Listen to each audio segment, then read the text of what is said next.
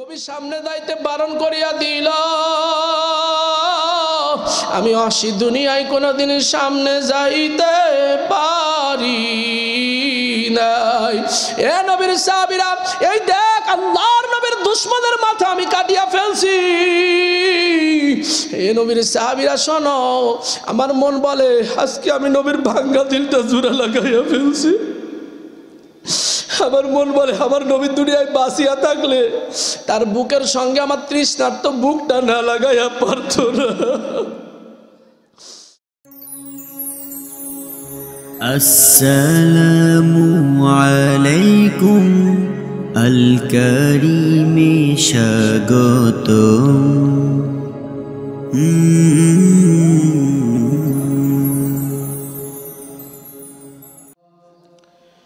من يهده الله فلا مضل له ومن يضلله فلا هادي له ونشهد أن لا إله إلا الله وحده لا شريك له ونشهد أن سيدنا وسندنا وحبيبنا وطبيبنا وطبيب قلوبنا ومولانا محمدا عبده ورسوله। কথা বলে কেন, কথা বলে কেন, এদিকে কথা বলছে কারা, কথা বলো না। الذي أرسل رسوله بالحق بشيرا ونذيرا وداعيا إلى الله بإذنه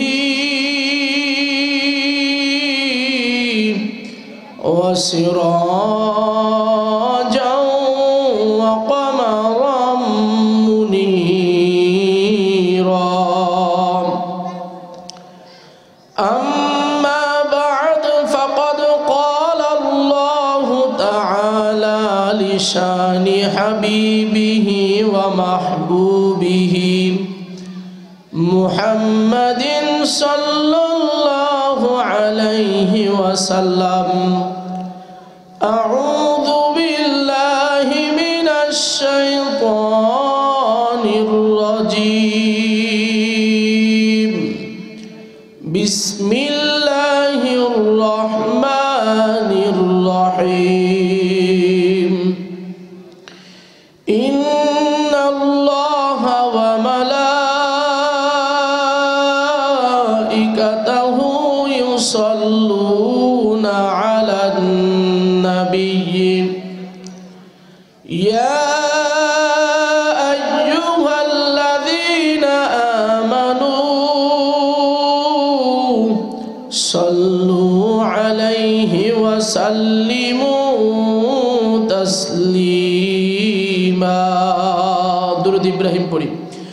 اللهم صل على محمد وعلى آل محمد كما صليت على إبراهيم وعلى آل إبراهيم إنك حميد مجيد.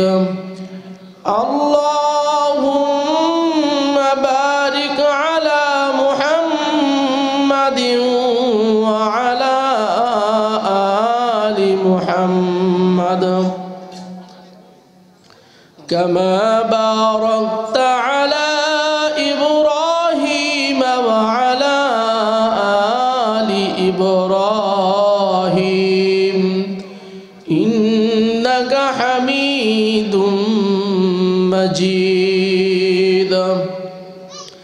أعوذ بالله من الشيطان الرجيم.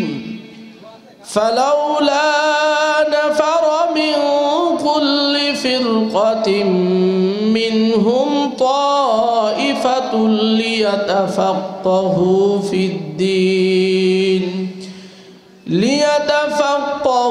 في الدين ولينذروا قومهم إذا رجعوا إليهم لعلهم يحذرون. وقال رسول الله صلى الله عليه وسلم: من سلك طريقا يلتمس فيه علما سهل الله له طريقا إلى الجنة أو كما قال عليه الصلاة والسلام. সকলে মহব্বতে আল্লাহর জিকির করব, একটু আমার সঙ্গে মিলায় মিলায় করবেন, ভালো লাগবে ইনশাআল্লাহ। লা ইলাহা ইল্লাল্লাহ, লা ইলাহা ইল্লাল্লাহ, লা ইলাহা ইল্লাল্লাহ, লা ইলাহা ইল্লাল্লাহ, লা ইলাহা ইল্লাল্লাহ, লা ইলাহা ইল্লাল্লাহ, লা ইলাহা ইল্লাল্লাহ, লা ইলাহা ইল্লাল্লাহ, লা ইলাহা ইল্লাল্লাহ, লা ইলাহা ইল্লাল্লাহ, লা ইলাহা ইল্লাল্লাহ, লা ইলাহা ইল্লাল্লাহ, লা ইলাহা ইল্লাল্লাহ, লা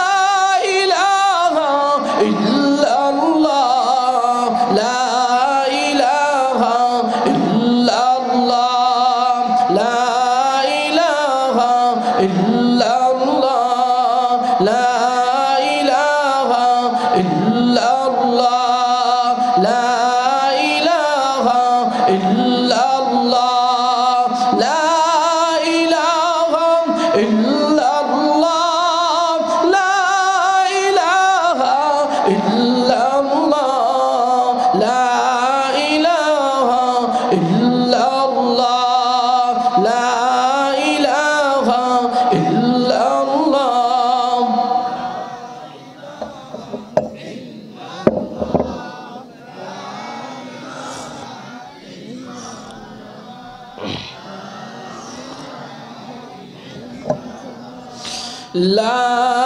ইলাহা ইল্লাল্লাহ, লা ইলাহা ইল্লাল্লাহ, লা ইলাহা ইল্লাল্লাহ, লা ইলাহা ইল্লাল্লাহ, লা ইলাহা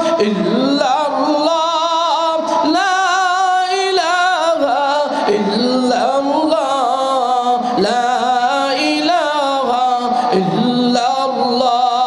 লা ইলাহা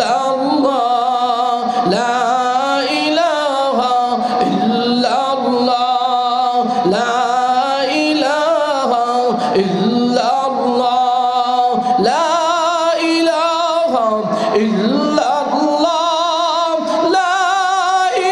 ইলাহা ইল্লাল্লাহ, লা ইলাহা ইল্লাল্লাহ, লা ইলাহা ইল্লাল্লাহ, লা ইলাহা ইল্লাল্লাহ, লা ইলাহা ইল্লাল্লাহ মুহাম্মাদুর রাসূলুল্লাহ সাল্লাল্লাহু আলাইহি ওয়াসাল্লাম। আলহামদুলিল্লাহ, আল্লাহ পাকের বান্দা জনাবে মুহাম্মদুর রাসূলুল্লাহ সাল্লাল্লাহু আলাইহি ওয়াসাল্লামের উম্মতগণ, শুকরিয়া আদায় করছি মহান রব্বুল আলামিনের দরবারে, যিনি আমাদেরকে মহাব্বত করে ভালোবেসে ধরবিলা হাফেজিয়া ও ইবতেদায়ী মাদ্রাসার উদ্যোগে আয়োজিত আজকের ওয়াজ মাহফিল ও হালকা জিকিরের মাগরিব থেকে শুরু করে পর্যন্ত উলামায়ে কেরামের জবানে বিভিন্ন নসিহাত শুনে, সম্মানিত প্রধান অতিথি সাহেবের নসিহাত শুনে আমি গুনাহগারের জবানে কিছু দিনই আলোচনা আমলের নিয়তে বলা এবং শোনার তৌফিক যে আল্লাহ তাআলা দান করছেন, আমরা অন্তর থেকে শুকরিয়া আদায় করি, বলি আলহামদুলিল্লাহ। আওয়াজ দিয়ে বলি ভাই আলহামদুলিল্লাহ। বন্ধুরা অনেকে এখনো বাহিরে দাঁড়িয়ে রয়েছেন, এদিক সেদিকে ঘোরাফেরা করছেন, দোকানপাটে রয়েছেন। সকলের প্রতি অনুরোধ, আমরা সাধারণত দুনিয়ার গতানুগতিক কোনো আলোচনা করে থাকি না, একান্তই আমলের নিয়তে কিছু কথা বলে থাকি। অনুরোধ করছি যারা দাঁড়িয়ে রয়েছেন সকলে মেহেরবানি করে মাহফিলের এই ময়দানে এসে বসে যাই। ইনশাআল্লাহ হতে পারে এই মাহফিল আমার আপনার জন্য নাজাতের জরিয়া। কথা বলেন ঠিক কি ঠিক না?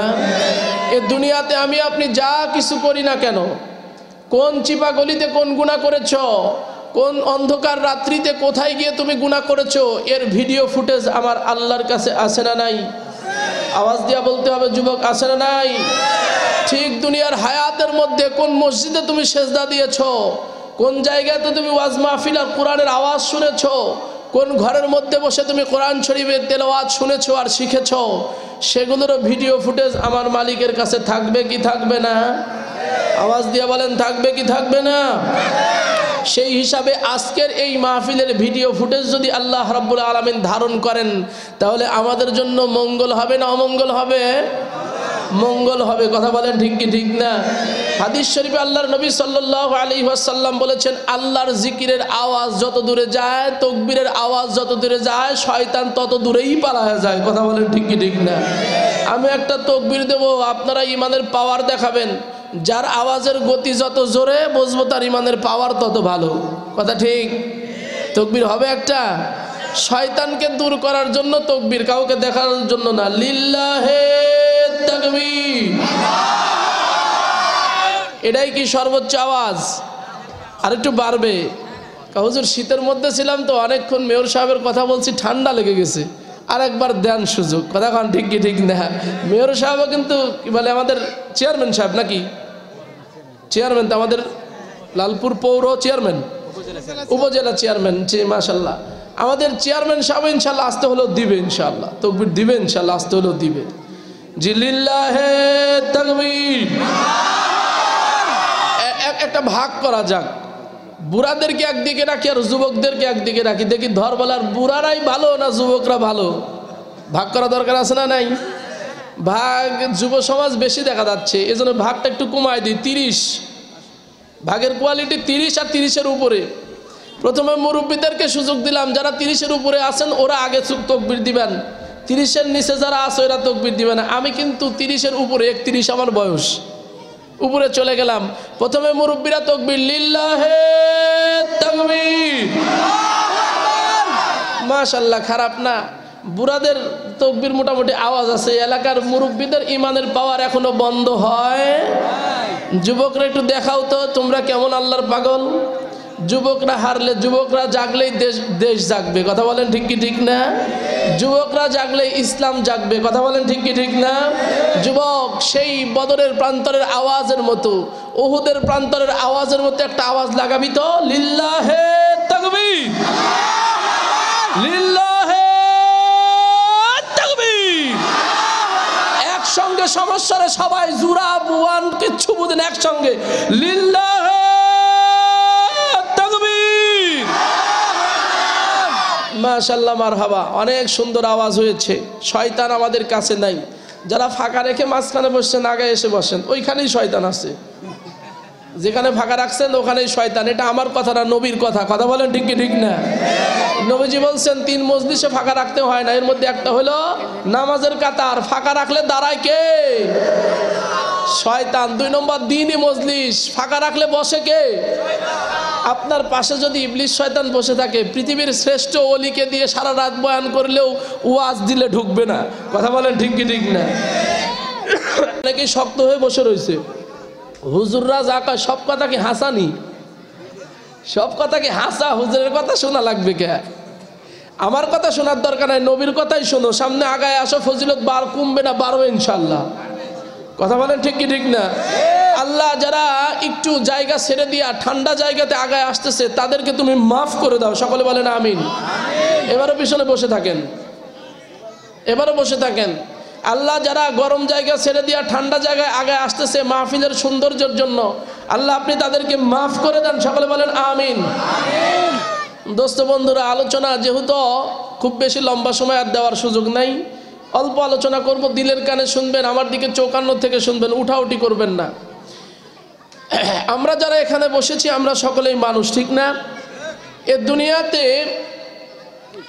মানুষের জিন্দেগির দাম তখনই হবে যখন মানুষ তার উদ্দেশ্য আর লক্ষ্য ঠিক রেখে জিন্দেগি চালাবে। কথা বলেন ঠিক কি ঠিক না? পৃথিবীতে উদ্দেশ্য আর লক্ষ্যহীন জিন্দেগির কোনো দাম আছে? আমি একটা উদাহরণ দিলে আপনারা সুন্দর বুঝবেন। আলোচনা কিন্তু শুরু হয়ে গেছে অলরেডি। আপনাদের পাশেই একটা বাজার, আপনি ওই বাজারের দোকানদার, এখান থেকে সকালবেলা একটা ব্যাগ হাতে নিয়ে বের হয়েছেন, আপনার দোকানে যাবেন, প্রতিদিনই বের হন, কিন্তু নিয়ত করছেন এখানে 4 রাস্তার মোড়, যেদিকের গাড়ি আসবে সেদিকে উঠে চলে যাব। কিসের লালপুর? বলেন তো, আপনি কি নিয়মিত আপনার দোকানে বুঝতে পারবেন? নাকি একদিন আসবে গোপালপুরের গাড়ি আর একদিন আসবে বাঘার গাড়ি? কথা বলেন ঠিক কি ঠিক না? উদ্দেশ্যহীন জিন্দেগি কখনো সফল হইতে। যুবক রে, তোমার আমার জিন্দেগির উদ্দেশ্যটা কি? আল্লাহ রাব্বুল আলামিন তোমাকে আমাকে মানুষ হিসাবে দুনিয়াতে পাঠিয়েছেন, ঠিক না? বুঝে থাকলে বলো তো, দুনিয়ার হায়াতটা অনেক বড়, অনেক বড়। বোঝেন নাই কথা? দুনিয়ার হায়াত কি অনেক বড়? আখিরাতের হায়াত বড় না দুনিয়ার হায়াত বড়? আখিরাতের হায়াত বড়, ঠিক। এটা বর্তমান যুব সমাজের জন্য অনেক কঠিন। কেন জানেন? এটা গত কয়েকদিন আগে হাবিব ভাই আছে ভিডিওওয়ালা, উনিও ছিল মাহফিলে। বগুড়ার ধুনেটে গিয়ে জিজ্ঞাসা করছি 4 ইমামের নাম কইতে পারলে পুরস্কার দেব। শত শত যুবক একজনে উত্তর দেয় না। 4 ইমামের নাম কি কইতে পারে না। আমি কইছি একজনের নাম রবীন্দ্রনাথ ঠাকুর। কি ভুল কইলাম নাকি? আমি ভুল বলছি? ওই যুবক কইতে না না ঠিকই কইছে। 4 ইমামের একজনের নাম রবীন্দ্রনাথ ঠাকুর, ঠিক না? কি নাম? যুব সমাজের বড় করুণ অবস্থা দেখে মায়াও লাগে, কষ্টও লাগে।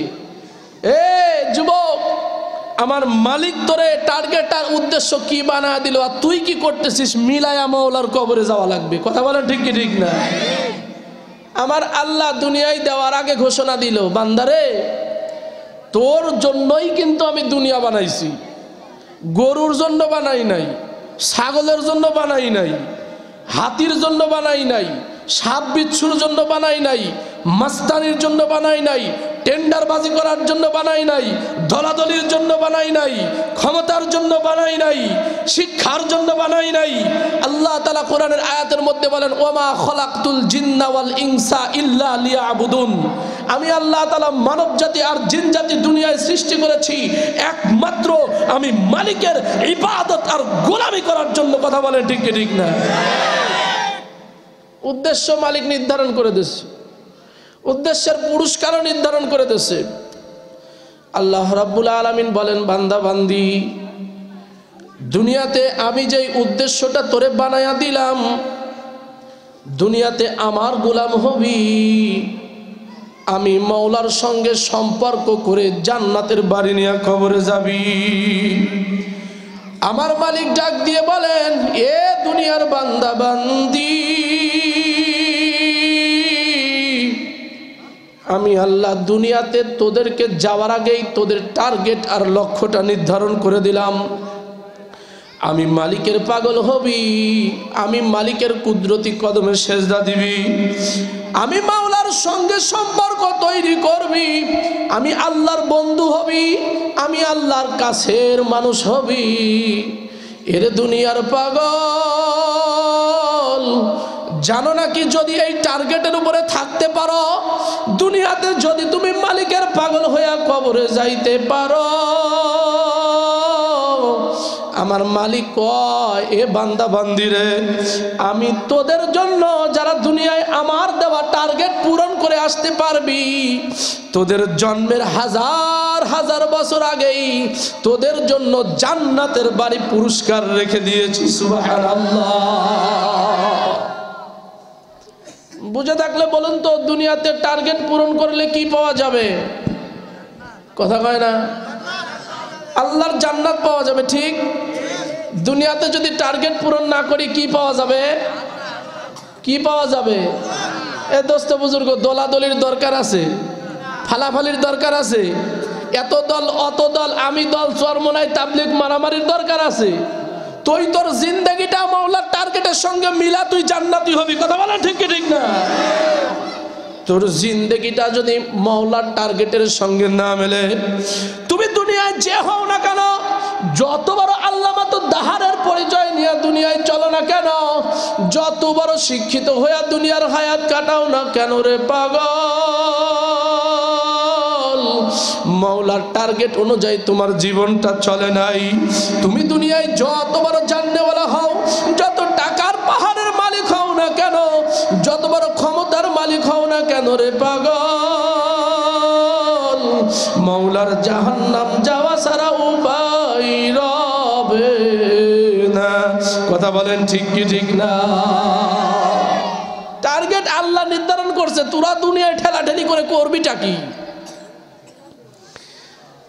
দোস্ত বন্ধু, এ পৃথিবীতে দুই শ্রেণীর মানুষ উদ্দেশ্যহীন চলে। আমি উদ্দেশ্য নিয়ে কথা বলতেছিলাম। এক শ্রেণীর মানুষের নাম পাগল, ঠিক না?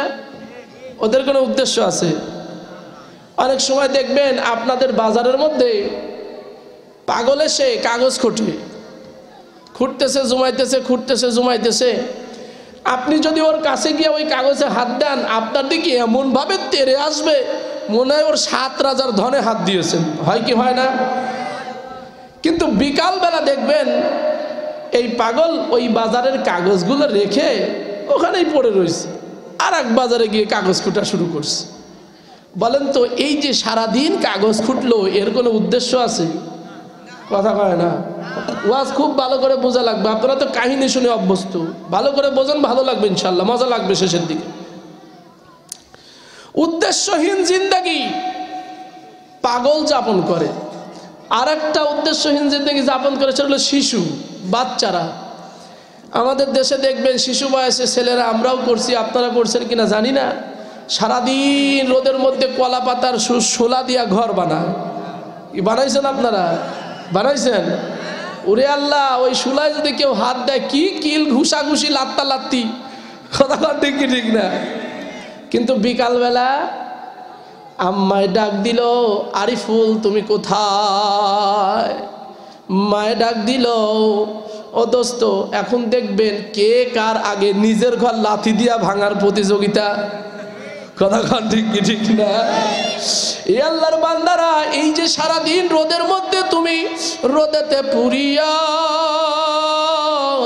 এই যে ঘর শিশুরা বানাইলো, এই ঘরের মধ্যে শিশুর কোনো কিছুই উদ্দেশ্য নাই। দুনিয়ার বুকে দুই শ্রেণীর মানুষ উদ্দেশ্যহীন জিন্দেগি যাপন করে। একজনের নাম হলো পাগল, আর একজনের নাম হলো শিশু। ওরে দোস্ত বন্ধু, তুমি আর আমি কিন্তু পাগলও নয়, শিশুও নয়। তুমি আর আমি জ্ঞানী, আবার বড় হয়ে গেছি। উদ্দেশ্যহীন জিন্দেগি তোমার আমার দ্বারা হইতে পারে না। আমার মালিক ডাক দিয়ে বলেন, যুবক রে, এ ধরবিলার মুসলমানেরা, আমার মাওলাই ডাক দিয়ে বলেন, বান্দা বান্দি, আমি আল্লাহ তোদেরকে কি পরিমাণ মহাব্বত করি।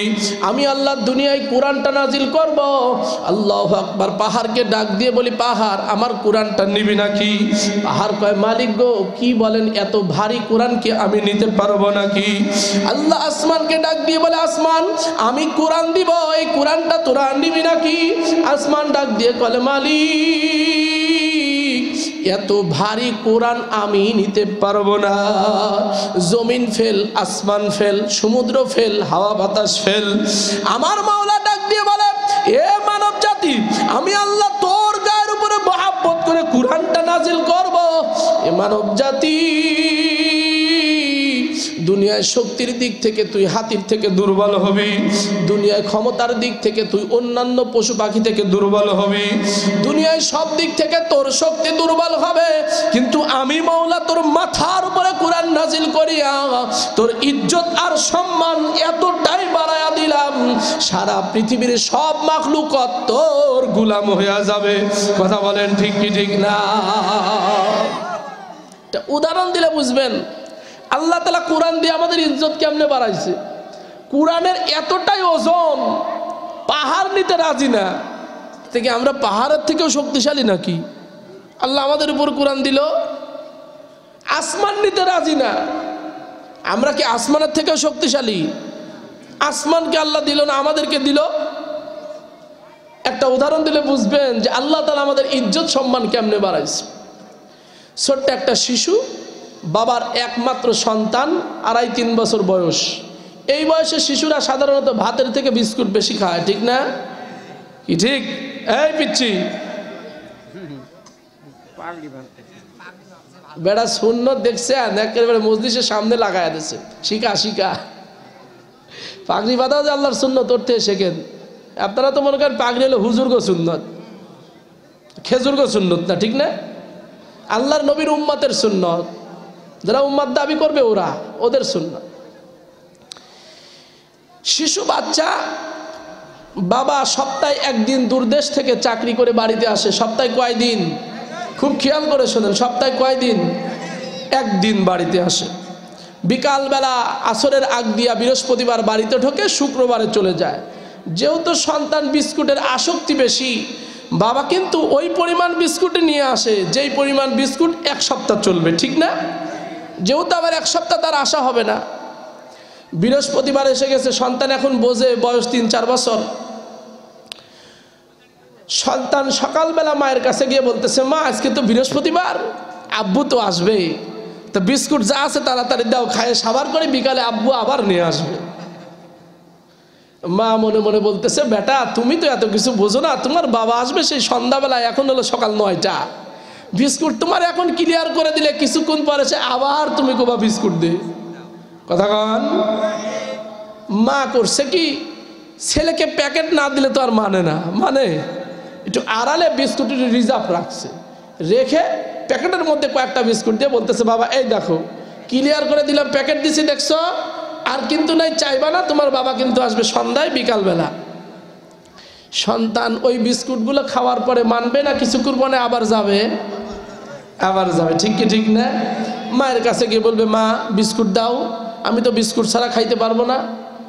মা কয় কি, আমি জানি যে তুই এই কাজ করবি, এই জন্য এই দেখ আমি কিছু বিস্কুট রিজার্ভ করে রেখে দিয়েছি, যাতে করে তোর বিস্কুটের দাবিটা আমি পূরণ করতে পারি। মা এরকম কৌশল করে কি করে না? আওয়াজ দিয়ে এখন করে কি করে না? মায়ের থেকে দরদি কেউ আছে? আমার আল্লাহ, আল্লাহর রাসূলের পরে সব থেকে দরদি হলো মা। কথা বলেন ঠিক কি ঠিক? শিশু সন্তান বিস্কুটটা খাওয়ার পরে কিছুক্ষণ পরে ঘুরে গিয়ে আবার বিস্কুট চায়, ঠিক কি ঠিক না? মাকে গিয়ে বলে, মা গো আমাকে বিস্কুট দাও, বিস্কুট দাও। মা ডাক দিয়ে বলে, বেটারে আমি না তোমাকে বললাম বিস্কুট যা ছিল সব দিয়ে দিয়েছি, আর কোনো বিস্কুট আমার কাছে নাই। বেটা বলে, মা গো বুঝি না, বিস্কুট না দিলে থাকতে পারবো না। এক পর্যায়ে মা, সন্তান বারবার মায়ের সঙ্গে বিয়াদবি করে। দেখবেন মা রাগ হয়ে অনেক সময় সন্তানকে থাপ্পড় দিয়া বসে। আল্লাহু আকবার। সন্তান মায়ের থাপ্পড় খায় মাটির মধ্যে গড়াগড়ি পারে আর কান্নাকাটি করে। কান্নার ভাষাটা এমন, মায়ের নামও নেয় না, বাবার নামও নেয় না, কান্নাকাটি করে আর বলে বিস্কুট দে, বিস্কুট দে। কথা বলেন ঠিক কি ঠিক না? সন্তান এভাবে কান্নাকাটি করে আর মা জননী সংসারের কাজগুলো করতে থাকে।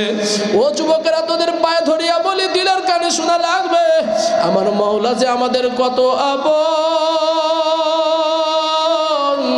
দিলের কানে না শুনলে বুঝে আসবে না।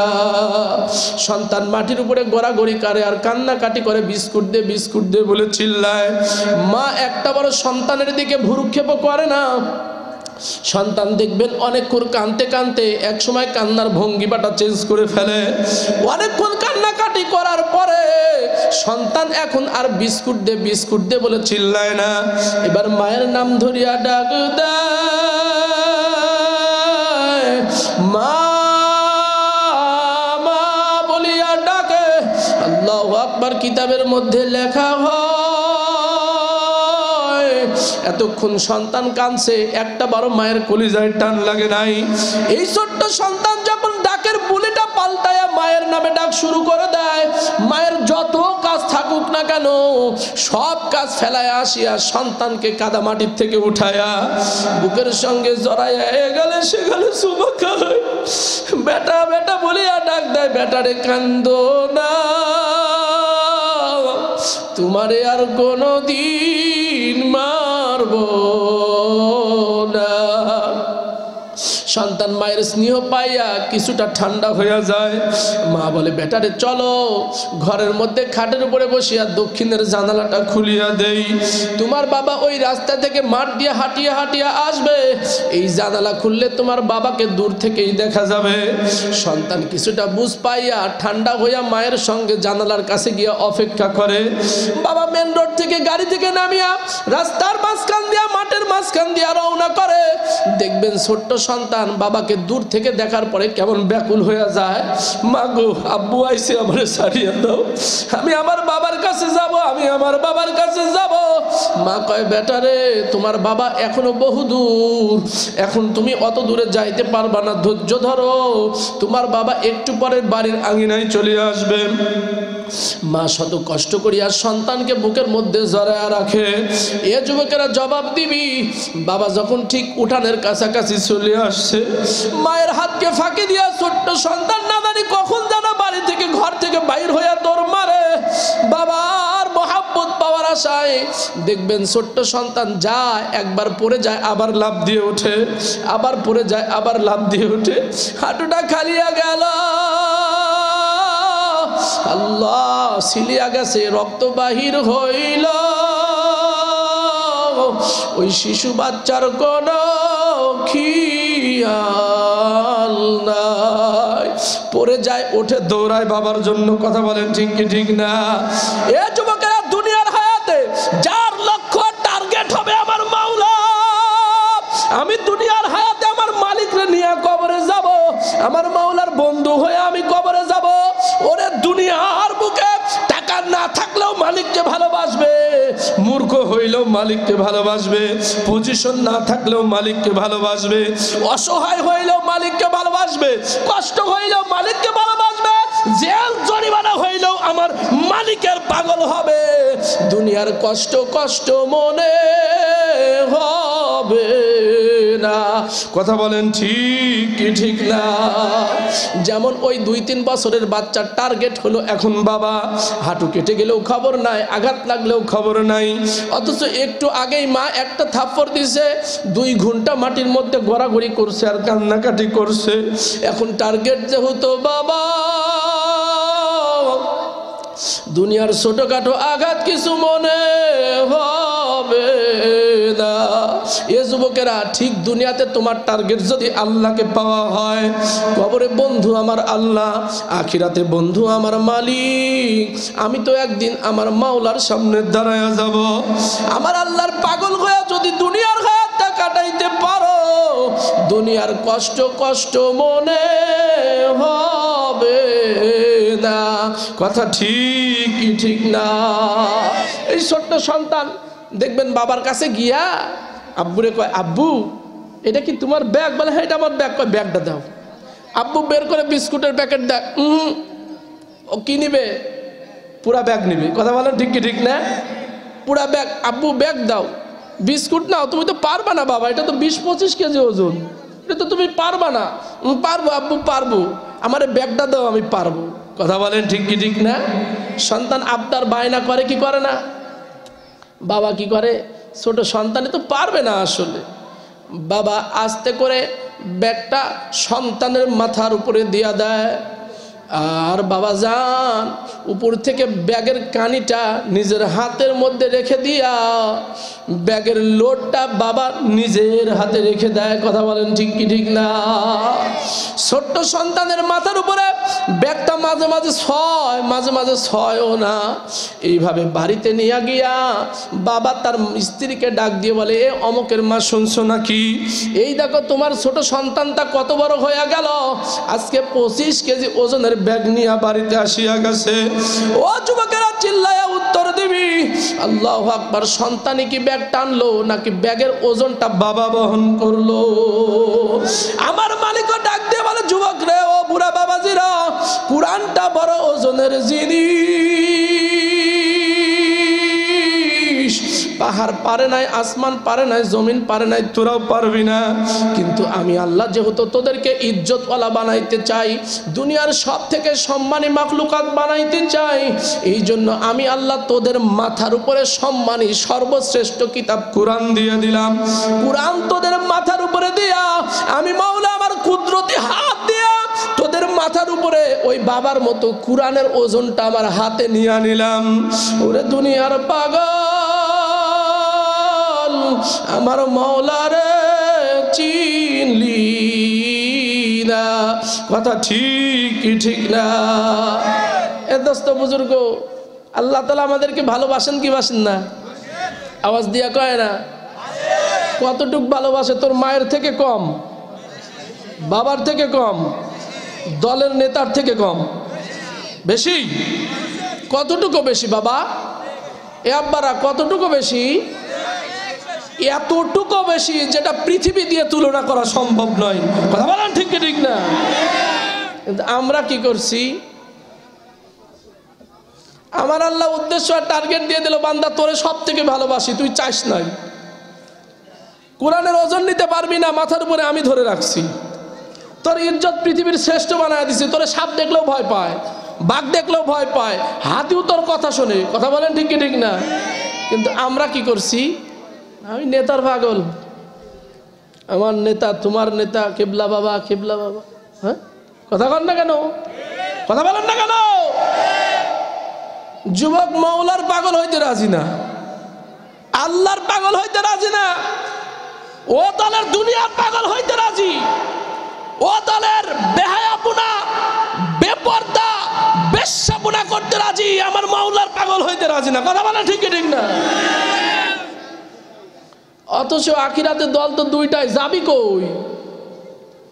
আল্লাহ কোন ফারিকুম ফিল জান্নাতি ওয়া ফারিকুম ফিস সাঈর, দল একটা জান্নাতি আর একটা জাহান্নামী, তুই যাবি কই?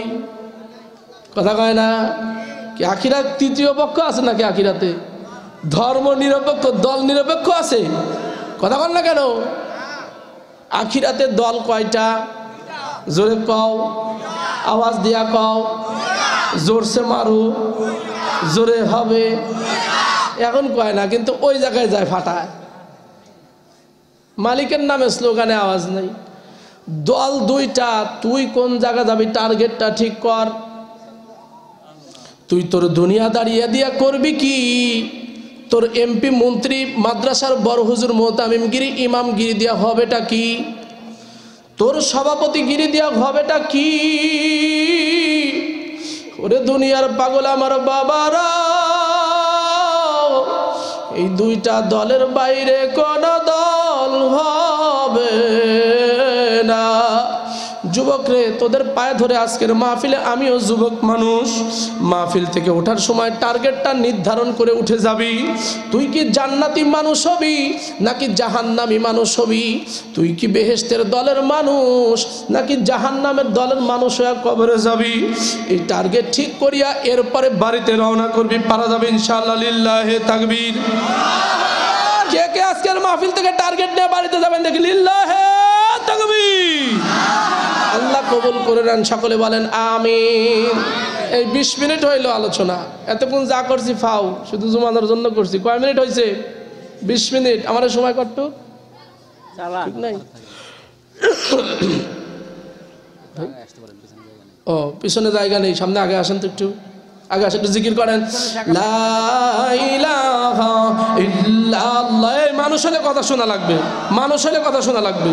লা ইলাহা ইল্লাল্লাহ, লা ইলাহা ইল্লাল্লাহ, লা ইলাহা ইল্লাল্লাহ, লা ইলাহা ইল্লাল্লাহ, লা ইলাহা। জলদি দেন, জলদি দেন। বক্সের মাইক মুখ টানে, বক্স করতে হয় না।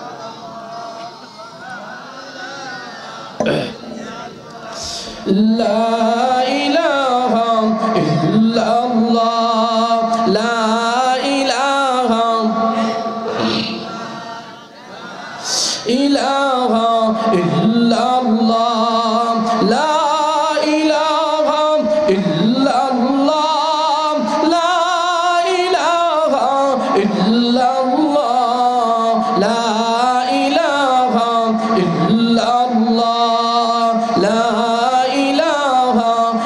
ইল্লাল্লাহ লা ইলাহা ইল্লাল্লাহ লা ইলাহা ইল্লাল্লাহ লা ইলাহা ইল্লাল্লাহ লা ইলাহা ইল্লাল্লাহ লা ইলাহা ইল্লাল্লাহ লা ইলাহা ইল্লাল্লাহ লা ইলাহা ইল্লাল্লাহ লা ইলাহা ইল্লাল্লাহ লা ইলাহা ইল্লাল্লাহ লা ইলাহা ইল্লাল্লাহু মুহাম্মাদুর রাসূলুল্লাহ সাল্লাল্লাহু আলাইহি ওয়াসাল্লাম। দোস্ত বন্ধুরা, এখন বুঝে থাকলে বলুন তো, আলোচনা যতটুকু হয়েছে আমাদের ইজ্জত বেশি হওয়ার কারণটা কি? কোরআন। কারণটা কি? জোরে কোন। কোরআন শব্দ, কোরআন কোরআন কোরআন, ওরে মুসলমান ওরে মুসলমান, শব্দটা কুরআনুল কারীম। কথা বলেন ঠিক কি ঠিক না? আমরা যারা এতক্ষণ আলোচনা শুনেছি বুঝছি, আমি যে দল করি যে মতে চলি না কেন, আমি যদি মানুষ হই, আল্লাহ আমার ইজ্জতটা বাড়াইছেন কোরআনের কারণে। কথা বলেন ঠিক কি ঠিক না? অদস্ত বন্ধুরা, এই পৃথিবীতে আল্লাহ তাআলা মোট কিতাব দিয়েছেন, আসমানি কিতাব কয়টা? 100। তাও সব যুবক কইতে পারে না। হাট্টিমা টিম টিম, ওরা মাঠে পারে ডিম, ওদের খারা দুটো সিং, তোর বাপের জন্মেও হাট্টিমা টিম টিম মাঠে দেওয়া যায় না। এই পরে পরে বড় হয়েছে, তো কোরআনে আসমানি কিতাব কয়টা কোবা কেমনে? কথা ঠিক কি ঠিক না? এ মাঠে খারা দুটি সিং আছে, আবার ডিমও পারে। এমন প্রাণী কোনো মুরব্বী দেখছেন নাকি আপনাদের এলাকায়? আছে? এই চাচা আমি মাঠে যায় দেখছেন কুসুরের ভুঁয়ে? দুনিয়ার মিথ্যার আজগবি কথা বাচ্চাদেরকে শিশুর থেকে শিখায় দেয়। কথা বোঝেন নাই? কোরআনের কারণে আল্লাহ তাআলা ইজ্জত দিলেন। আসমানি 104খানা কিতাবের মধ্যে সব থেকে মর্যাদাওয়ালা কিতাবের নাম কি? কোরআন। আমরা এই কোরআন পেয়ে খুশি না বেজার? আলহামদুলিল্লাহ বলেন। দোস্ত বুজুর্গ, কোরআনের ইজ্জত কেমন জানো? দুনিয়ার জমিনে কোরআনের গায়ে একটা কাপড় লাগায়, কাপড়টা কেউ খুব কম মানুষই আছে নতুন কেনে। কাপড় জামা বানাইতে গিয়ে বেঁচে গেছে, মেক্সি বানাইতে গিয়ে বেঁচে গেছে। এই একটা পুরান কাপড় দিয়া কোরআনের জামা বানায় দেয়, কয়েকদিন কোরআনের সঙ্গে একটু থাকছে, মুসলমানেরা পায়ে লাগার সঙ্গে সঙ্গে পাগলের মতো কোরআনের এই জুজদানকে চুমা খায় কি খায় না? আওয়াজ দিয়া কন। এই ইজ্জত কি কাপুরের না কোরআনের? আরো জোরে কন। ভেন্নার কাঠ দিয়া, বাদামের কাঠ দিয়া, কোন রকম পচা আমের কাঠ দিয়ে একটা রেহেল বানাইছে। কাঠের কোনো দাম আছে? এরম কাঠ অহরহর বাড়ির আঙিনায় পড়ে থাকে। কিন্তু এই 1-1.5 ফিটের একটা কাঠ কয়েকদিন কোরআনের সঙ্গে চলার কারণে এর ইজ্জত কেমন? মানুষ, গ্রামের মানুষ তো ইজ্জত দিতে দিতে পরে গেলে ওর ওজনে চাউলও দান করে। কথা কন ঠিক কি ঠিক? চুমা খায় কি খায় না? এ যুবক রে, কোরআন এমন একটা দামি জিনিস, কোরআন এমন একটা মহাব্বতের জিনিস। এই জন্যই আল্লাহ তাআলা কোরআন হাদিসের মধ্যে আল্লাহর নবী সাল্লাল্লাহু আলাইহি ওয়াসাল্লাম বলেন, কোরআনওয়ালাদের দাম কেমন শুনবি? কোরআনের সঙ্গে কাঠ লাগার কারণে কাঠের ইজ্জত বেশি, কোরআনের সঙ্গে কাপড় লাগার কারণে কাপড়ের ইজ্জত আমার মাওলার কাছে বেশি। আল্লাহর নবী সাল্লাল্লাহু আলাইহি ওয়াসাল্লাম বলেন, খায়রুকুম মান তাআল্লামাল কুরআন ওয়া আল্লামা। আল্লাহর নবী সাল্লাল্লাহু আলাইহি ওয়াসাল্লাম বলেন, তোমাদের মধ্যে সর্বোত্তম ওই মানুষ, ওই ব্যক্তি যে দুনিয়াতে কোরআন শিখলো এবং অপরকে শিক্ষা দান করলো। সুবহানাল্লাহ। বুঝে থাকলে বলুন তো, পৃথিবীতে দামি মানুষ কারা? এলাকার এমপিরা, মন্ত্রীরা, চেয়ারম্যানরা, মেম্বাররা, মসজিদের ইমামরা, মুয়াজ্জিনরা, কথা বলেন না কেন, সভাপতিরা, সমাজের পরামানিকেরা, কাদের দাম বেশি? কোরআনওয়ালাদের। কথা বলেন ঠিক কি ঠিক না? এ পৃথিবীর শ্রেষ্ঠ মানুষের নাম কি? যারা কোরআন শেখে। শ্রেষ্ঠ মানুষের নাম কি? বুঝে থাকলে বলুন তো, আপনাদের এই এলাকার মধ্যে শ্রেষ্ঠ মানুষ কারা? এই মাদ্রাসার ছাত্ররা। কথা কন না কেন? এই এলাকার মধ্যে শ্রেষ্ঠ মানুষ কারা? এটা কি আমার কথা না পয়গম্বরের কথা? আওয়াজ দেন, আওয়াজ দেন। আল্লাহর কথা, আল্লাহর নবীর কথা। কথা বলেন ঠিক কি ঠিক না? তোমরা ইজ্জত দিলে না হবে কি?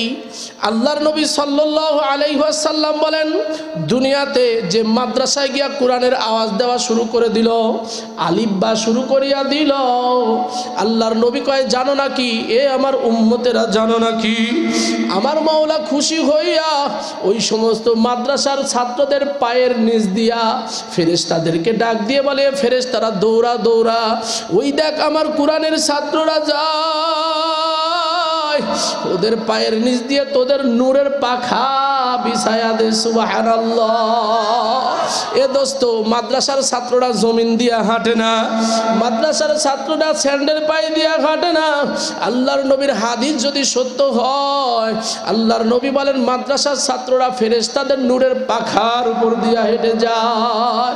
এ দোস্ত বুজুর্গ, কোরআনের দাম কেমন জানো নাকি? এই জন্য আল্লাহ তাআলা, আল্লাহর নবী সাল্লাল্লাহু আলাইহি ওয়াসাল্লাম হাদিসের মধ্যে ইরশাদ করেন, দুনিয়ার বুকে যদি তোমরা আমার কোরআনকে ধারণ না করো, আমার কোরআনকে মহব্বত না করো, আমি আল্লাহ অবশ্যই আমার কোরআনকে হেফাজত করব। কথা বলেন ঠিক কি ঠিক না? মুসলমান কোরআন ছাড়বি, আল্লাহর পক্ষ থেকে গজব এসে তোদের মাথার উপরে চেপে যাবে। কোরআনকে যদি ভালোবাসতে পারো, আল্লাহ দুনিয়াতেও ইজ্জত দিবে, আসমানেও ইজ্জত দিবে। কথা বলেন ঠিক কি ঠিক না? ও দোস্ত, কোরআনওয়ালাদের ছোট্ট একটা ঘটনা শোনাবো, বাবারে দিলের কানে শুনবি, দুপোটা চোখের পানি ছেড়ে দিয়া কান্নাকাটি করবি। ঘটনাটা আমি আমার উস্তাদের জবানে শুনেছি। আমার উস্তাদ বলেন, পাকিস্তানে একটা এরকম মাদ্রাসা হয়ে গেছে, মাদ্রাসার মধ্যে ছাত্ররা গিয়া সারাদিন রাত থেকে থেকে আলিফ বা তাসা আলহামদুলিল্লাহি রাব্বিল আলামিন কোরআনের আওয়াজ দেয়। একদিন ওই মাদ্রাসার পাশ দিয়ে এক হাজী সাহেব যাইতেছিল, রাতের বেলা গিয়া যাওয়ার সময় দেখে মাদ্রাসার ছাত্ররা চোখের পানি ছেড়ে দেওয়া হাওমাও করিয়া কান্দে। হাজী সাহেব মাদ্রাসার মধ্যে ঢুকে গিয়া মোহতারাম হুজুরকে জিজ্ঞাসা করে, হুজুর, মাদ্রাসার ছাত্ররা এত গভীর রাতে কান্নাকাটি করে কেন? হুজুর ডাক দিয়ে বলে, হাজী সাহেব, বড় কষ্ট করিয়া মাদ্রাসা করলাম, এলাকার মানুষ মাদ্রাসায় সহযোগিতা করে না। ও হাজী সাহেব, এমনকি আমার মাদ্রাসার ছাত্রগুলোতে দুমুঠো খাবারও তারা দেয় না। হাজী সাহেব জানেন নাকি আমার এই মাদ্রাসার ছাত্ররা এত কান্নাকাটি করে কেন? বলে, কি হয়েছে, এত কান্নাকাটি কিসের জন্য করে আমার একটু খুলিয়া বলেন। বলে, হাজী সাহেব, এই মাদ্রাসার ছাত্ররা গভীর রাত হয়ে গেছে, দুপুরেও খাবার খায় না, রাত্র গভীর হইয়া গেল, তাদেরকে খাবার দিতে পারি নাই।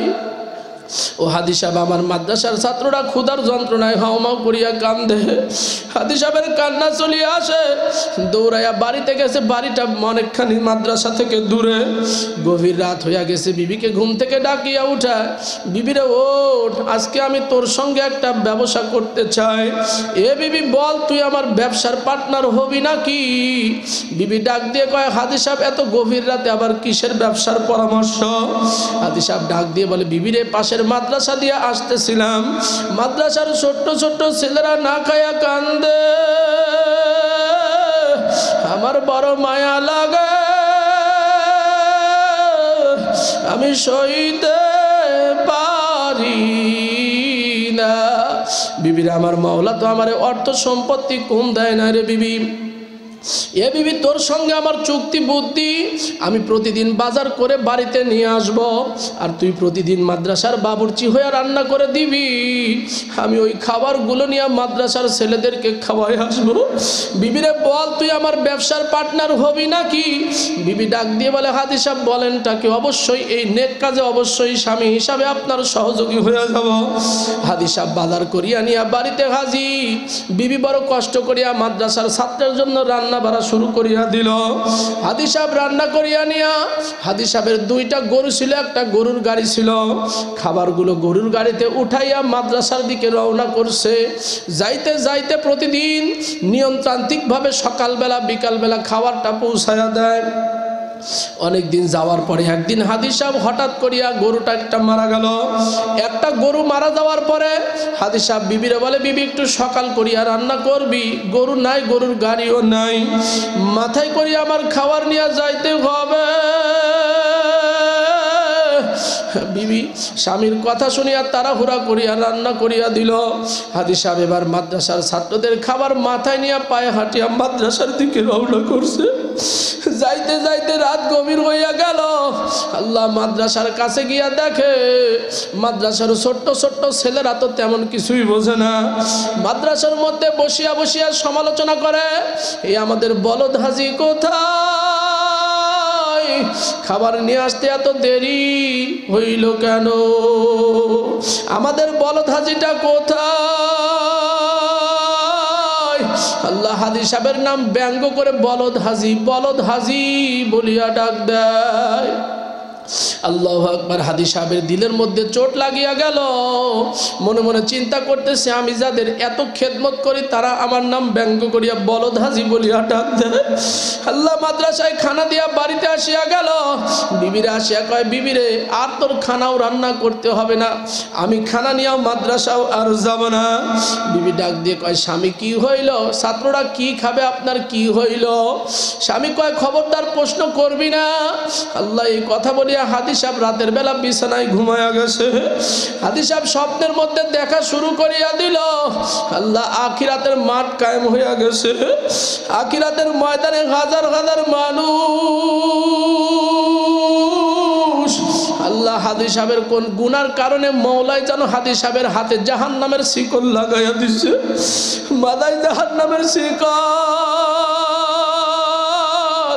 হাদি সাহেব জাহান্নামের দিকে যায়।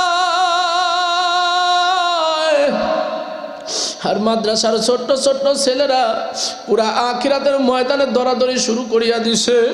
যাকে পায় তাকেই ডাক দিয়ে বলে, এ মানুষ, বলদ হাজি নামে কোনো মানুষকে দেখছো নাকি? হে আল্লাহর বান্দা, বলদ হাজি নামে কোনো মানুষকে দেখছো নাকি? মাদ্রাসার ছাত্ররা পুরা আখিরাতের ময়দান পাগলের মতো দৌড়াইতে থাকে। যাকে পায় তাকে জিজ্ঞাসা করে, আমাদের বলদ হাজিরে দেখছো নাকি? তালাশ করতে করতে সামনে হাদি সাহেব পড়িয়া গেছে। ছাত্ররা কাছে আসিয়া ডাক দিয়ে কয়, হাদি সাহেব আপনি বুঝি জাহান্নামী হইয়া গেছেন? হাদি সাহেব চোখের পানি ছাড়িয়া কান্দে আর বলে, বেটা এই দেখো আমার মাওলা আমার গুনাহ ধরিয়া জাহান্নামের আসামি বানাইয়া দিছে। মাদ্রাসার ছোট্ট ছোট্ট ছেলেরা ডাক দিয়ে কয়, হাজি সাহেব জানেন নাকি আমার মাওলা আমাদেরকে জান্নাতের সার্টিফিকেট দিয়ে দিছে। বেহেশতের সার্টিফিকেট পাইয়া মালিকের কাছে দরখাস্ত করছি, ওগো দয়ার মালিক, যার বাড়ির খানা খাইয়া আলেম হইলাম ওই মানুষ রে না নিয়া তোমার বেহেশতে যাব। ও হাদি সাহেব জানেন নাকি আমার মালিক কত দয়ার মাওলা? আমাকে ডাক দিয়ে কয়, ঠিক আছে যাও তোমরা তালাশ করো তোমাদের হাজি সাহেব কোথায়। ও হাজি সাহেব আমরা কত মানুষের দুয়ারে দুয়ারে গিয়ে জিজ্ঞাসা করি আমাদের বলদ হাজি কোথায়, আমাদের বলদ হাজি কই, কতক্ষণ ধরে আমরা তালাশ করিয়া ফিরি। ও হাজি সাহেব দৌড়াইয়া চলেন, আপনারে জাহান্নামে যাইতে দিব না। এমনি মুহূর্তে হাজি সাহেবের ঘুম ভাঙ্গিয়া গেল, লাফ দিয়ে ঘুম থেকে উঠিয়া গেছে। বিবিরে তাড়াহুড়া করে ডাক দেয়, বিবি ওঠ, আবার ভুল হইয়া গেছে, না জানি ছাত্ররা রাত গভীর হইয়া গেছে, না খাইয়া ফুপাইয়া ফুপাইয়া কাঁদে। বিবিরে তাড়াতাড়ি রান্না করিয়া দে, আমার জাহান্নাম ছাড়া বুঝি উপায় না।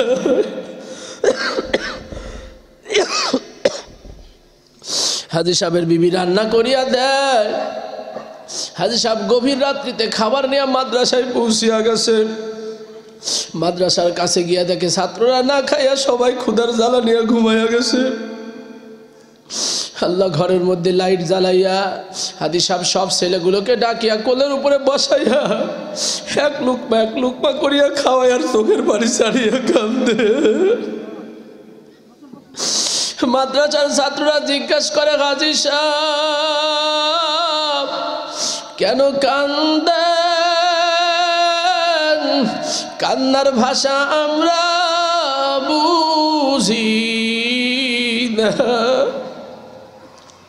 হাদি সাহেব ডাক দিয়ে বলে, বেটা রে, আমার ভুল হয়ে গেছে, আমারে মাফ করিয়ে দাও।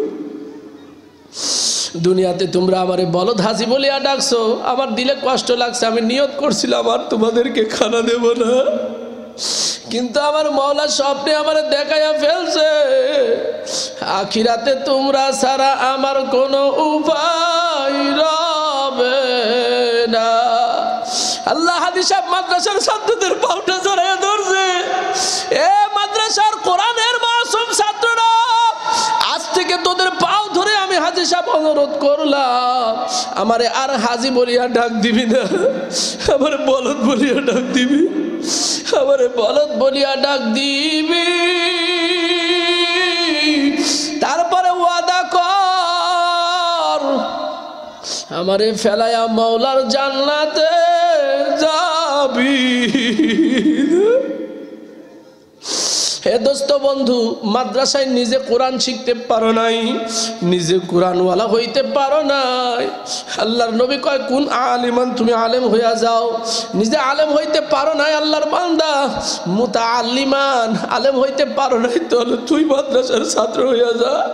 মাদ্রাসার ছাত্র হইতে পারো নাই, আলেমদেরকে মহাব্বতকারী বান্দা হইয়া যা। তোর নাতিপুতিকে মাদ্রাসায় ভর্তি করিয়া দে, আলেম বানা। আল্লাহু আল্লাহ। এ দোস্ত বন্ধু, দুনিয়াতে ইজ্জত সব থেকে বেশি হলো কোরআনওয়ালাদের। কথা বলেন ঠিক কি ঠিক না? দুনিয়াতে যত বড় তুমি টাকাওয়ালা হও না কেন, ওই যে মাওলার নেটওয়ার্ক মাওলা ঠিক করিয়া দিছে, দুনিয়ায় যারা কোরআনওয়ালা হবি, আমি মাওলার পাগল হবি, তোর দল তুই নিয়ে জাহান্নামে চলে যা, তোর অমুক দল তমুক দল নিয়ে তুই জাহান্নামে চলে যা। কে কে দুনিয়ায় আমি মাওলার কোরআনের পাগল, কে কে আমি পয়গম্বরের সুন্নতের পাগল, কে কে আমি পয়গম্বরের সুন্নতের নেটওয়ার্কে পড়ছো। ও দোস্ত বন্ধু, দুনিয়াতে আমি আপনি মোবাইলের মধ্যে কথা বলি, কথা বলেন ঠিক কি ঠিক না? এই মোবাইলে কথা বলতে গেলে মোট 4টা জিনিসের প্রয়োজন হয়। 1 নম্বর হলে একটা সুন্দর মোবাইল থাকা লাগে, হাত দিয়ে হ্যালো হ্যালো করলে কিন্তু কথা যায় না। 2 নম্বর শর্ত, শুধু মোবাইল থাকলেই হয় না, মোবাইলের মধ্যে একটা সিম কার্ড নামক জিনিস থাকা লাগে। কথা বলেন ঠিক কি ঠিক না? এ দোস্ত, সিম কার্ড থাকলেও হয় না, ওই সিম কার্ডের মধ্যে ফরজ ওয়াজিব আল্লাহু আকবার টাকা ফ্যাক্সিলোড করা থাকে, টাকা ছাড়া কথা বলা যায় না। ওরে দোস্ত বন্ধু, টাকা থাকলেও কথা হয় না। যেই কোম্পানির সিম ব্যবহার করো, ওই কোম্পানির নেটওয়ার্কের আওতায় থাকা লাগবে। কথা বলেন ঠিক কি ঠিক না? ঠিক আল্লাহর বান্দারা, দুনিয়ায় তুমি যত বড় রাজনীতিবিদ হও না কেন, দুনিয়ায় যত বড় ডিগ্রিধারী হও না কেন, এ পাশ ও পাশ যত বড় চ্যানেলওয়ালা বক্তা হও না কেন, আল্লাহর জান্নাত কামাই করতে হলে 4টা শর্ত লাগবে রে যুবক। জীবনের নিয়ত করিয়া মাহফিল থেকে বাড়িতে যাবি, আমি তোদের পাও আবার ধরলাম, উদ্দেশ্য ঠিক না করে কেউ বাড়ির দিকে যাবি না। আল্লাহর নবী কয়, 1 নম্বর হলো মানুষের বডি হওয়া লাগবে, কুত্তা ছাগলের বডি হইলে আল্লাহর জান্নাত পাওয়া যাবে না। 2 নম্বর, মানুষের বডি হইলেও হবে না, আবু জাহেলেরও মানুষের মতো বডি ছিল, ফেরাউনেরও মানুষের মতো বডি ছিল, জান্নাতে যাইতে পারে নাই। ওই মানুষের বডির মধ্যে ঈমান নামক সিম কার্ড থাকা লাগবে। কথা বলেন ঠিক কি ঠিক না? সিম কার্ড থাকলেও হবে না রে পাগল, ওই সিম কার্ডের মধ্যে ফরজ ওয়াজিবের আমলের ফ্লেক্সিলোডও থাকতে হবে। কথা বলেন ঠিক কি ঠিক না? আবার শুধু ফরজ ওয়াজিব আমলের ফ্লেক্সিলোড থাকলেও হবে না। ওরে আল্লাহর পাগল, দুনিয়ায় যা আমল করবি সব পয়গম্বরের সুন্নতের নেটওয়ার্কে হইতে হবে। কথা বলেন ঠিক কি ঠিক না? তোর জিন্দেগিতে মিলা যুবক রে, তোর চুলের কাটিং কি আল্লাহর নবীর সুন্নত মুআফিক হইছে নাকি? তোর জামার কোয়ালিটি আল্লাহর নবীর সুন্নত মতো হইল নাকি? আল্লাহু আকবার। তোর চেহারার কোয়ালিটি আল্লাহর নবীর সুন্নত মতো হইল নাকি? তোর দোকানদারিটা আল্লাহর নবীর সুন্নত মতো হইল নাকি? তোর রাজনৈতিক দলটা আল্লাহর নবীর সুন্নত মতো হইল নাকি? তোর বাড়িটা, তোর গাড়িটা, তোর ব্যবসাটা, তোর নীতিটা, তোর আদর্শটা, তোর নিয়ম নীতিটা, এমনকি তোর চলাফেরা, হাঁটা চলা, খাওয়া দাওয়াটা, তোর কথাবার্তা বলাটা সব যদি পয়গম্বরের সুন্নতের নেটওয়ার্কে না হয়, উম্মত বলে পরিচয় দিতে পারবি না। আর একটা ঘটনা বলে আমি আমার আলোচনা শেষের দিকে নিয়ে যাব। 40 মিনিট 45 মিনিট হলো। আল্লাহু আকবার। আখিরাতে আমাদের সব থেকে আপন হবে কে? আওয়াজ দিয়ে এখন। তারপরে কে?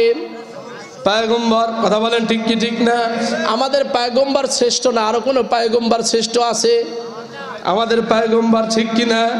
আল্লাহু আকবার। হযরতে ওয়াহশী রাদিয়াল্লাহু আনহুর নাম শুনে থাকবেন, নাম শুনছেননি? আল্লাহর নবীর একজন সাহাবী হযরতে ওয়াহশী। এই আলোচনাটা খুব মনোযোগ দিয়ে শোনা লাগবে রে বাবা। হযরতে ওয়াহশী রাদিয়াল্লাহু আনহু প্রথম জামানায় কাফের ছিলেন, গোলাম ছিলেন। হিন্দা নামক মহিলার গোলাম, আবু সুফিয়ানের বিবি হিন্দা, হিন্দার গোলাম ছিল। আল্লাহু আকবার। উহুদের যুদ্ধ শুরু হয়ে গেছে। হিন্দা ওয়াহশীকে ডাক দেয়, ওয়াহশী রে, আমি তোকে একটা শর্ত দেব, শর্ত মানতে পারলে তোরে আজাদ করিয়া দেব। বলে, মনিব কি শর্ত আমারে বলেন, আমি পালন করার চেষ্টা করব। কি শর্ত বলেন? বলে, আমার আব্বা আমার চাচা জানকে হত্যা করেছে আমিরে হামজা নামে নবীর একজন সাহাবী। উহুদের যুদ্ধে যদি আমিরে হামজাকে হত্যা করতে পারো, ওরে ওয়াহশী তোরে ক্ষমা করে আজাদ করে দেব। ওয়াহশী উহুদের ময়দানে গেল, বড় একটা অস্ত্র নিয়ে গোপনে গোপনে লুকায়া রইছে। কিভাবে আমিরে হামজাকে হত্যা করা যায়?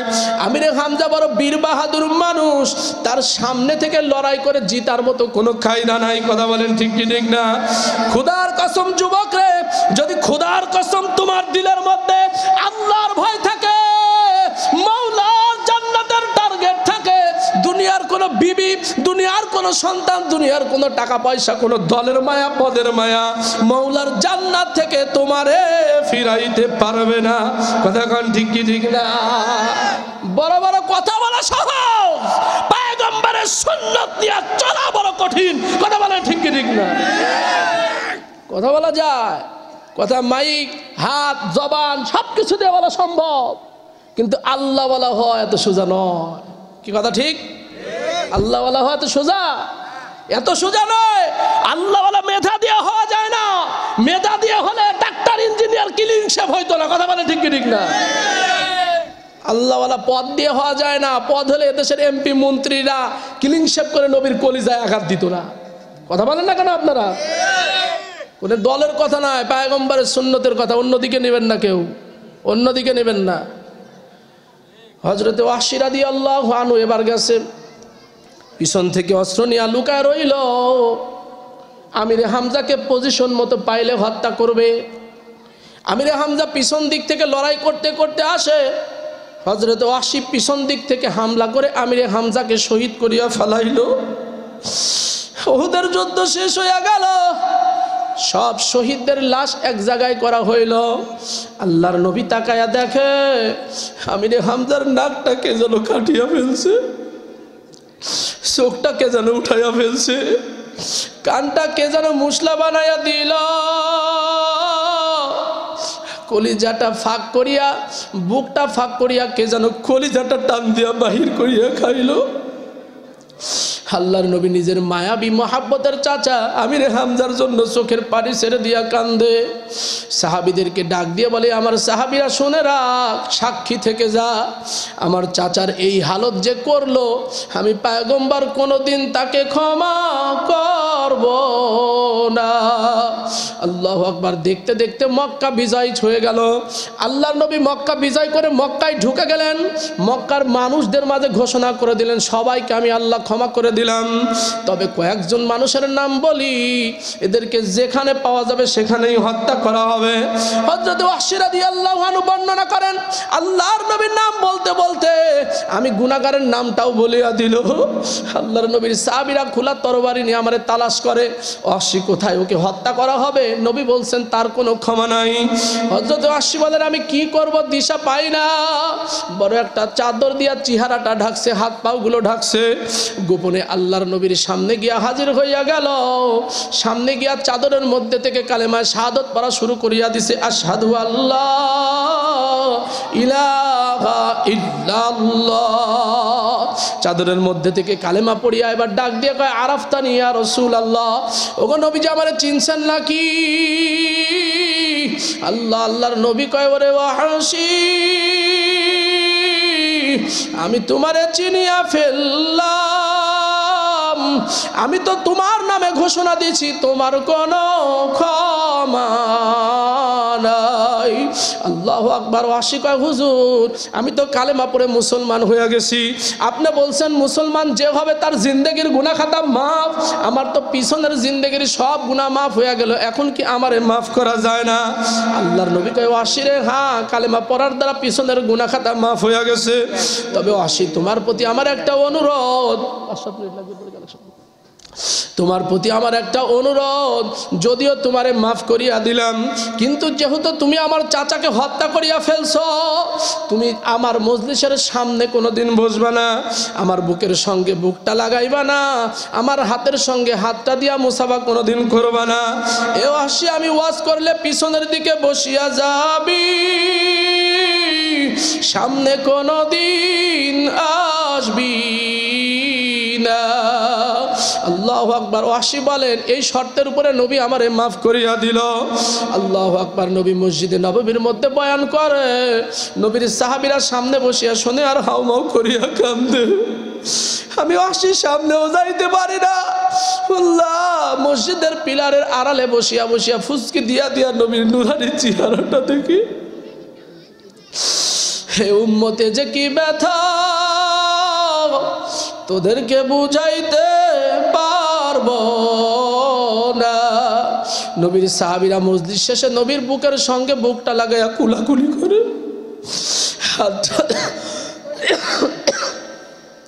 হাতের সঙ্গে হাতটা লাগাইয়া মুসাফা করে। আমি ওয়াহশী নবীর সামনেও যাইতে পারি না। এ নবীর উম্মতের এই যে কি ব্যথা, আল্লাহর নবী যদি কারো থেকে চেহারাটা ফিরায়া নেয়, এর থেকে কষ্ট আর ব্যথা তোদেরকে ওয়াজ করিয়া বুঝাইতে পারবো না। ওয়াহশী রাদিয়াল্লাহু আনহু চোখের পানি ছেড়ে কান্দে, আমি নবীর সামনে যাইতে পারি না, নবীও আমার সামনে নেয় না। দেখতে দেখতে নবীজির মৌত হইয়া গেল। খাটিয়ার উপরে কাফনের কাপড় পরিয়া নবীজি চাঁদ বাঁকা চেহারা নিয়ে শুয়া রইছে। কত সাহাবী গিয়া কান্নাকাটি করে, নবীর এগালে সেগালে চুমা খায়। ওয়াহশী দূর থেকে মায়াবী নরর নিয়ে তাকায়া দেখে আর কান্দে। নবী গো, তোমার কাছে যাইতে পারলাম না। ও নবী গো, তুমি আখিরাতে সুপারিশ নিয়ে দাঁড়ায়া যাবা, হাউজে কাউসারের পানি নিয়ে দাঁড়ায়া উম্মতি উম্মতি বলে ডাক দিবা। আমি ওয়াহশী যদি তোমার সামনে যাই, আখিরাতের ময়দানে যদি আমারে ভুলিয়া যাও, ওই জাহান্নামের আযাব সইতে পারবো না। ওয়াহশী বলেন, নবীর লাশের সামনেও আমি যাই নাই, নবীকে রওজার মধ্যে ঘুমানো হয়ে গেল, আমি কোনোদিন ভয়ে নবীর রওজার সামনেও যাই নাই। আল্লাহর নবী দুনিয়াতে বিয়াদবি করার কারণে আখিরাতের ময়দানে যদি আমারে না চেনে, এই চিন্তা করি আমি কোনোদিন আল্লাহর নবীর রওজার সামনে যাই নাই। আল্লাহর নবী বলছেন, ওয়াহশী রে, আমার চাচা হত্যা করার কারণে তুমি আমার কলিজাটা দুই ভাগ করিয়া দিলা রে ওয়াহশী। আল্লাহ আমার ভাঙ্গা দিল জোড়া লাগায়া না দিলে আমার সামনে আসবি না।